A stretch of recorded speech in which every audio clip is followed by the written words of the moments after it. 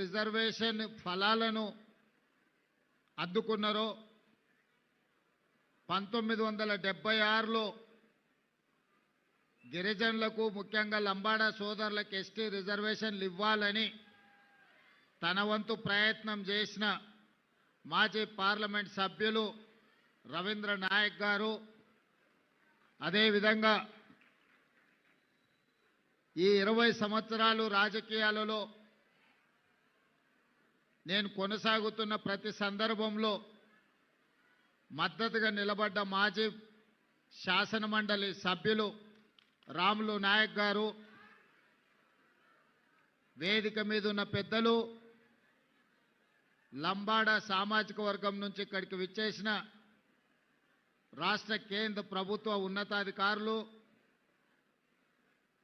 తెలంగాణ భవిష్యత్ పునర్నిర్మాణంలో భాగస్వాములై